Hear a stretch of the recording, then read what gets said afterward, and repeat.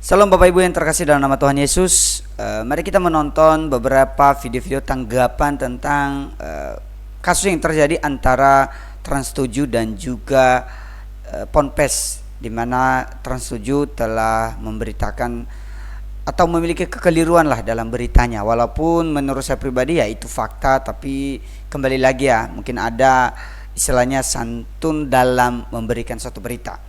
Nah, dalam video ini kita menonton tanggapan dari beberapa orang. Mari kita langsung aja ke video-videonya. Coba kalian nonton video ini. Atas nama Pengurus Besar Nahdlatul Ulama, saya menyatakan keberatan dan protes keras terhadap tayangan Trans7. Tayangan Trans7 itu isinya secara terang-terangan melecehkan, bahkan menghina pesantren, menghina tokoh-tokoh pesantren yang juga tokoh yang dimuliakan oleh Nahdlatul Ulama.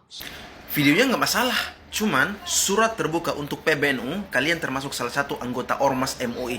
Saya tidak akan memperpanjang polemik antara Trans7 dan Pondok Pesantren Lirboyo, sebab perdebatan itu sudah memiliki ruang pro dan kontra tersendiri gitu. Namun yang perlu saya soroti adalah kecepatan kalian dalam merespon isu tersebut. Tetapi giliran persoalan besar umat justru sering luput dari perhatian kalian gitu. Mengapa kalian begitu cepat menanggapi kasus yang menyangkut pesantren Lirboyo? Apakah karena Lirboyo merupakan bagian penting dalam ekosistem keulamaan NU? Ataukah karena pesantren tersebut melahirkan banyak tokoh besar NU? Tidak masalah sama sekali gitu. Mengingat apa yang diframingkan oleh Trans7 mungkin cukup keliru. Namun kenapa reaksi cepat kalian justru tidak terlihat ketika umat menunggu suara PBNU dalam kasus yang jauh lebih serius? Misalnya dugaan korupsi kuota haji yang dilakukan oleh salah satu kader kalian sendiri, yaitu Menteri Agama yang dulu. Mengapa ketika yang terlibat berasal dari lingkar internal, kalian justru memilih diam dan menahan suara? Perlu diingat, Nahdlatul Ulama itu merupakan salah satu ormas Islam yang termasuk anggota Majelis Ulama Indonesia. Dengan posisi itu, kalian memiliki tanggung jawab moral untuk menjadi penyeimbang dan penjaga suara umat. Bukan hanya pembela kelompok yang dekat secara emosional gitu, bukan. Ketika Hasyim Asy'ari mendirikan NU pada tahun 1926, semangat utamanya itu bukan untuk membangun kekuatan kelompok, bukan, tetapi untuk memperjuangkan kemaslahatan umat dan menjaga ajaran Ahlus Sunnah wal Jamaah. Saya sudah melakukan riset, mencari video-video permintaan maaf kalian atas kader kalian yang korupsi kuota haji itu. Namun sampai sekarang saya tidak menemukan itu. Kalian tidak kasihan? Begitu banyaknya orang tua kita yang rela menunggu untuk naik haji. Mereka rela menabung bertahun-tahun untuk bertamu di rumah Tuhan mereka. Tapi apa tindakan dan reaksi kalian? Minimal minta maaf dan menyesal atas kader kalian gitu. Tetapi tidak ada sama sekali. Zong. Menurut saya apa yang disampaikan oleh abang ini menjadi hal benar. Artinya ketika kita membesarkan masalah tentang suatu persoalan, terus bagaimana kalau masalah itu juga terjadi dalam internal? Apakah kita melakukan demo seperti yang mereka lakukan? Harusnya itu menjadi suatu hal yang perlu dipikirkan. Apakah tindakan ini kita benar atau enggak? Kenapa kalau kepada orang lain kita bisa melakukan hal dengan sebebas-bebasnya, tapi kalau di dalam diri kita sendiri susah. Nah, biasanya ini adalah standar ganda. Oke, kita next pada video berikutnya. Bedain Trans7 sama Transmart aja nggak bisa. Gimana mau bedain salah dan benar? Di giliran dikasih fakta, gak terima. Salam APBN, ambil positif, buang negatif, tonton videonya sampai habis. Hati-hati deh ya buat yang ada trans-transnya. Transjakarta, transfer, transfusi darah, transmigrasi, transformer, transmisi, translate, transaksi, transgender, hati-hati. Takutnya di demo, yang penting ada transnya kan. Kalian tahu gak sih, Transmart sama Transmall Studio ya, itu beda loh sama Trans7. Beda. Mentang-mentang ada Indomaret, bukan berarti Indogrosir itu satu perusahaan yang sama. Belum tentu, sayang, mentang-mentang depannya ada Indonya. Hati-hati tuh, Transjakarta, Trans Jogja, Trans Jawa. Hati-hati. Padahal yang gua tahu, koreksi kalau gua salah ya, correct me if I'm wrong gitu ya. Syarat untuk sholat itu adalah apa? Berakal. Gua paham kalau Transmart, Trans Studio, Trans TV itu mungkin kepemilikannya sama gitu ya. Tapi kalian tahu nggak? Mall dan supermarket itu tidak ada hubungannya dengan stasiun TV. Arahnya sama siapa, kenanya sama siapa. Kalau udah berkedok apa? Kami, santri dididik keras. Menurut gue inilah ya, pentingnya pondok pesantren itu memberikan pendidikan serta wawasan yang luas. Karena dunia dan akhirat itu sama pentingnya. Pernah sampai nih ya, Indosiar yang blunder, yang lu demo, Indogrosir, Indomaret, Superindo, mentang-mentang apa? Ada Indonya. Otak lu dipakai, berakal, anjir. Disclaimer ya, tanpa mendiskreditkan agama Islam atau Muslim gitu ya. Tapi yang gue tahu, agama Muslim itu adalah agama yang cinta damai ya. Dan setiap mau masuk kamar mandi ada bacaan doanya. Setiap mau jalan ada bacaan doanya. Tiap melangkahkan kaki ada bacaan doanya. Mau mandi ada bacaan doanya dan segala macam ada doanya. Sekarang gue mau nanya, sebagai gue bukan orang Muslim juga ya, gue beneran mau nanya. Kalau lu pada mau demo, kalau lu pada mau berantem, Ada doanya juga nggak sih? Minimal istighfar gitu. Gue tahu itu dalam naungan perusahaan yang sama gitu. Cuma maksud gue kayak dia nih nggak tahu apa-apa gitu loh. Ibarat kata abangnya yang salah, adiknya yang didemoin. Iya tahu satu bapak, tapi kan konsepnya lain gitu. Dan lulu pada udah pada yang lagi pada demo tuh kan udah pada tua, udah pada gede-gede ya.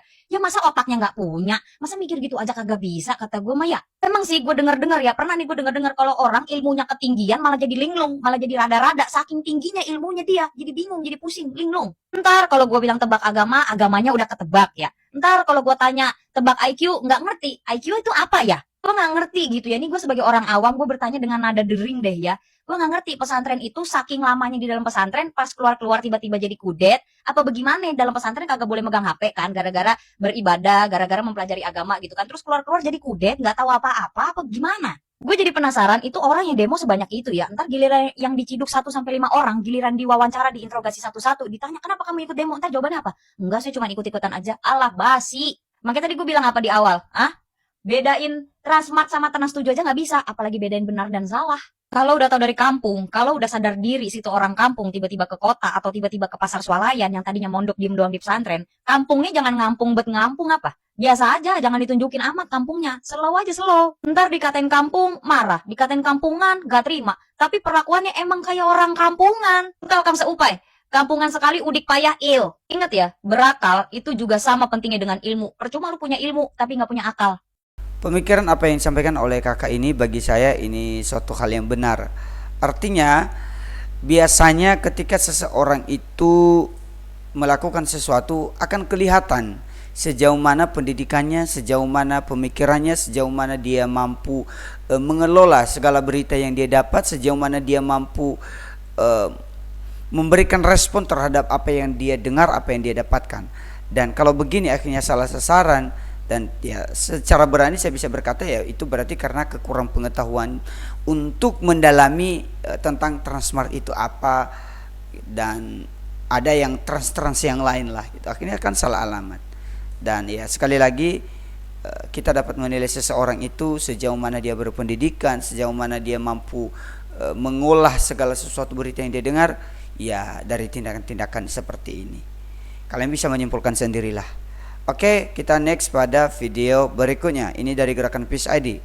Apapun dikorupsi di Kementerian Agama. Kalimat itu datang dari Guru Gembul dalam video yang sekarang beredar lagi. Katanya uang haram keluar masuk begitu derasnya. Guru Gembul bilang menteri yang paling sering terjerat kasus korupsi adalah Menteri Agama. Dia juga bilang Kementerian Agama selalu masuk dalam daftar kementerian paling korup. Orang ateis itu lebih baik dari pejabat Kemenak, katanya. Dajjal pun minder kalau ngobrol sama mereka. Kedengarannya ekstrim, tapi coba pikir sebentar. Guru Gembul lagi nyentil kenyataan pahit di lembaga negara yang seharusnya paling bersih. Kasus yang disebut Guru Gembul diantaranya kasus korupsi kuota haji 2024 yang sedang disidik oleh KPK. Jasinfo, Indonesia mendapat tambahan kuota 20.000 jemaah dari Arab Saudi. Menurut undang-undang, kuota haji itu dibagi dua dengan persentase 92% buat haji reguler dan 8% untuk haji khusus. Tapi kuota itu malah dibagi 50% buat haji reguler dan 50% buat haji khusus. Karena pelanggaran undang-undang itu, kerugian negara diperkirakan mencapai 1 triliun rupiah. KPK juga sudah mencegah beberapa orang berpergian ke luar negeri, termasuk mantan Menteri Agama, staf khusus, dan pejabat travel. Dan kasus korupsi di Kementerian Agama bukan itu aja. Sebelumnya ada kasus korupsi pengadaan Al-Quran tahun 2011 sampai 2012. Kerugian negara diperkirakan miliaran rupiah. Dalam kasus itu terdakwa Fat El Faus, Zulkarnain Jabar, dan Dendi Prasetya terbukti terlibat praktik fee dan manipulasi tender. Ada juga kasus jual beli jabatan. Roma Hurmuzi yang ketika itu menjabat Ketua Umum P3 yang ditangkap KPK. Dia diduga terlibat dalam kasus suap agar proses pengangkatan pejabat di Kemenak berjalan sesuai skema. Jadi ketika Guru Gembul bicara keras, dia merujuk ke luka-luka lama yang belum selesai. Kita harus dukung apa yang dilakukan Guru Gembul ini. Itu karena dia menyuarakan bagian yang sering banyak orang tidak berani mengungkapkannya. Suaranya lantang dan ceplas-ceplos agar orang nggak tersentak dan tutup mata terus. Kalau kita diam, praktek salah akan terus dibiarkan. Jadi ketika Guru Gembul bilang semua dikorupsi, ini bukan sekedar sinisme. Tapi ada dasar nyata yang telah diungkapnya. Tapi itu juga bukan pembenaran bahwa semua orang di Kemenak buruk. Ada banyak orang baik yang berjuang di tengah sistem yang rusak. Tapi sistem lemah dan korupsi budaya yang tanpa kontrol memunculkan skandal demi skandal. Keberanian Guru Gembul ini mudah-mudahan diikuti influencer lainnya. Tentu bukan sekedar untuk cari sensasi, tapi supaya hati dan nurani publik disadarkan. Mari kita dorong Kemenak melakukan bersih-bersih dan berbenah. Melakukan audit terbuka semua proyek yang berjalan, mulai dari proyek keagamaan, kuota haji, sampai laporan dana internal. Kita tidak ingin agama dijual sebagai komoditas yang tercela. Agama itu soal moral, bukan margin laba. Ketika Guru Gembul bilang orang ateis lebih baik, dia bukan sedang menghina iman. Dia sedang mengkritik oknum yang memperalat agama. Yang mendukung Guru Gembul juga bukan berarti anti agama. Tapi mereka muak melihat agama diperalat.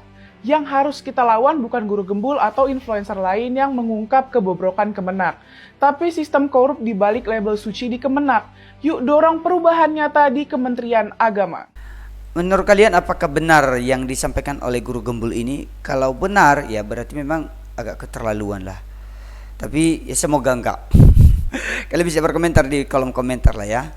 Oke, kita next pada video berikutnya. Renovasi Pondok Pesantren Al-Qasimi pakai APBN ramai dibicarakan. Caimin yang merupakan Menteri Pemberdayaan Masyarakat mengatakan 1.900 santri itu masuk sekolah di mana? Apakah dibiarkan di tenda? Saya minta kalian menonton video ini sampai habis biar kalian gak gagal paham.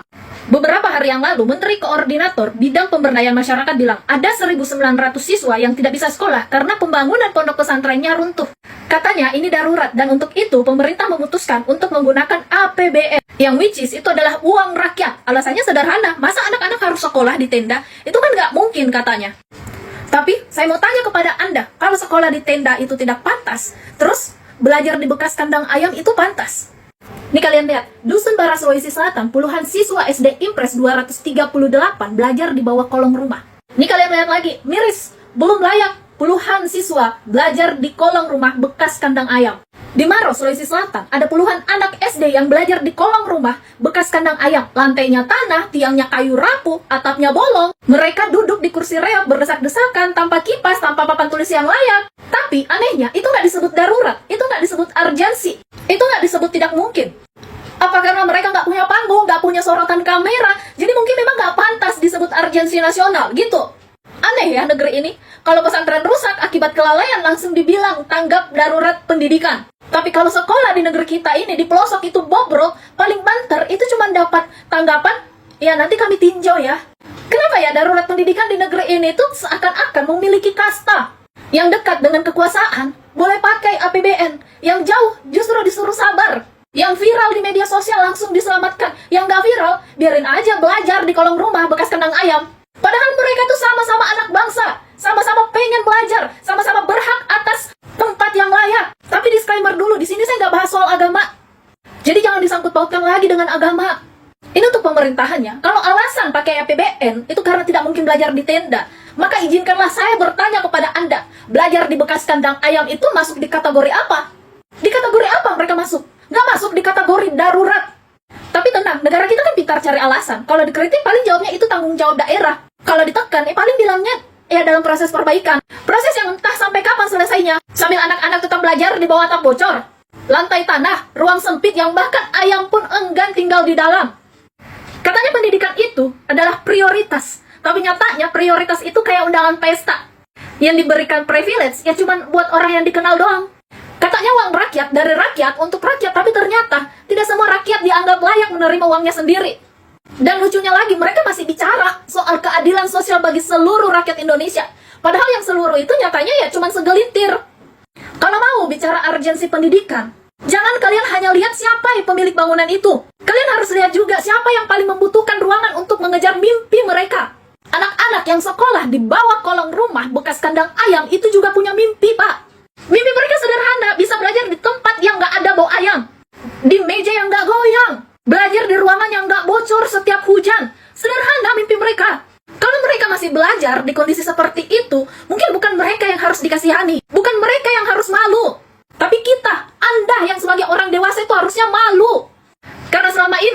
sibuk untuk membenarkan alasan kalian daripada membenahi keadaan. Mereka belajar di bekas kandang ayam tapi masih disuruh hafal Pancasila yang katanya keadilan sosial bagi seluruh rakyat Indonesia. Ironis kan, nilai hafalan untuk keadilan itu cuma kuat di hafalan doang, lemah di kenyataan. Kalau kalian mau bicara soal urgensi, tolong lihat lebih luas lagi, tolong. Karena pendidikan itu bukan cuma milik orang yang dekat dengan kekuasaan, tapi milik setiap anak yang masih percaya untuk mengejar mimpi mereka bahwa sekolah bisa mengubah nasib mereka, bukan cuma memperindah laporan. Jangan kalian pura-pura buta. Ini fakta loh, Pak.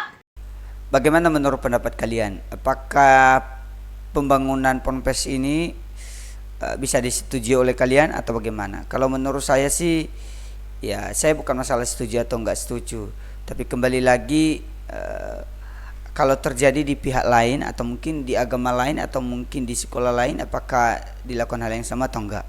Coba kalian memikirkannya dan komen di bawah. Sekolah Katolik mayoritas Islam. Lah kok bisa? Kebanyakan Islam ya, Suster ya? Iya. Berapa banyak, Suster? 90% mungkin, saya nggak tahu persis. Islam. Katolik. Islam. Saya Kristen. Siapa di sini yang agamanya Muslim? Angkat tangan. Ya. Dan mereka semua hidup dengan rukun bersama.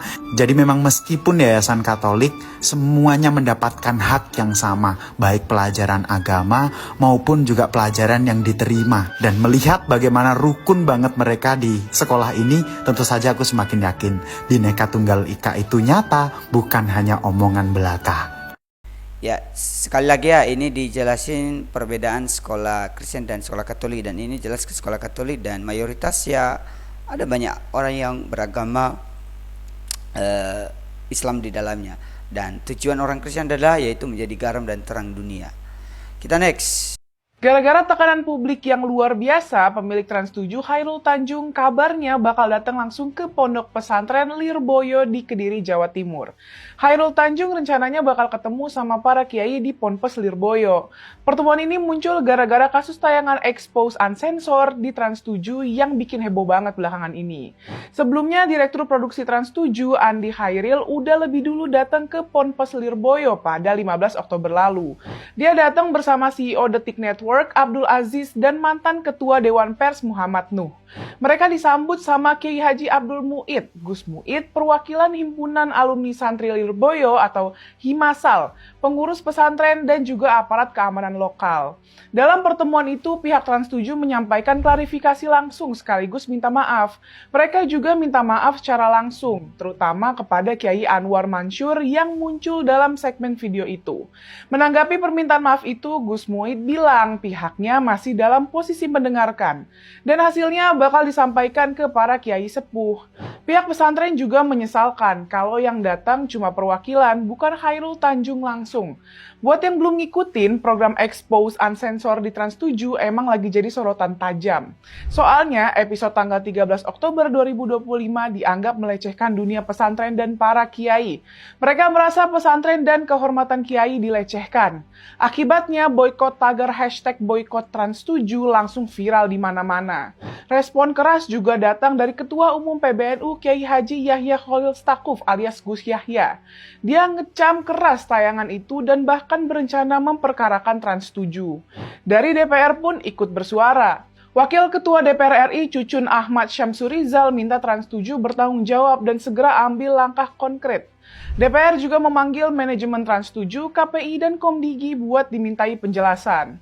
Dalam rapat, DPR meminta agar Komdigi dan KPI melakukan audit menyeluruh terhadap izin siar Trans7 dan mengevaluasi apakah layak dilanjutkan atau ada pelanggaran izin. DPR menekankan bahwa sanksi terhadap Trans7 harus tegas dan sesuai dengan hasil dari audit Komdigi dan KPI. Trans7 diminta untuk menghentikan program tersebut secara permanen, tidak ditayangkan kembali di semua kanal, TV, media sosial, platform digital. Trans7 juga diminta membuka identitas rumah produksi dan narator yang terlibat dalam produksi Expose Unsensor. Netizen pun ramai-ramai berkomentar. Salah penyampaian aja nggak sih? Kalau dinarasikan secara benar, itu kan bisa jadi kritik yang membangun. Bukan dianggap sebagai penghinaan, tulis seorang netizen. Ana santri dan saya dukung Trans7, tulis netizen lain. Pada 15 Oktober, massa NU juga sempat demo di depan gedung Trans 7. Mereka bawa spanduk, kibarin bendera hijau, selawatan, dan nyanyi Mars NU serta Indonesia Raya. Salah satu spanduknya bertuliskan, mencederai marwah pesantren, tangkap direksi Trans 7. Mereka juga nuntut Trans 7 buat minta maaf secara terbuka selama 7 hari berturut-turut di jam prime time. Di Jember, Jawa Timur, massa bahkan sempat ngeluruk Transmart. Mungkin karena dikira masih satu grup sama Trans 7 ya. Sampai muncul postingan nyinyir ke yang demo di medsos. Demo di Trans 7 bukan, demo di Transmart iya. Buat kami di PIS, tekanan terhadap Trans 7 sudah berlebihan dan gak masuk akal. Masa iya demonya sampai ke Transmart juga? Dan yang mereka tayangin itu kan sebenarnya juga fakta. Terlepas dari naratornya yang dianggap julid, program Trans 7 itu ngasih gambaran. Pesantren tuh ada yang begini loh budayanya. Harusnya kan bisa dikritik dan direspon dengan kepala dingin, bukan dengan ancaman dan boikot massal. Media punya hak buat bicara selama tujuannya edukatif dan faktual. Kalau tiap kali bahas isu sensitif langsung dituduh menghina, nanti nggak ada jurnalis yang berani ngomong jujur lagi. Kritik Trans 7 ya boleh-boleh aja, evaluasi juga boleh. Yuk kalangan pesantren bijak merespons kritik dari publik. Menurut saya setuju bahwa ini berlebihan. Kenapa saya bilang? Kalau memang mereka, maksudnya gini, kalau seandainya nanti bapak ini datang menemui mereka, terus apa yang mereka lakukan? Minta maaf. Dia minta maaf nih. Kemudian dia menyampaikan ya permohonan maaf gitu. Terus apa bedanya dengan permohonan maaf yang sudah dilakukan selama ini gitu loh? Apa bedanya? Atau jangan-jangan ada maksud tertentu gitu.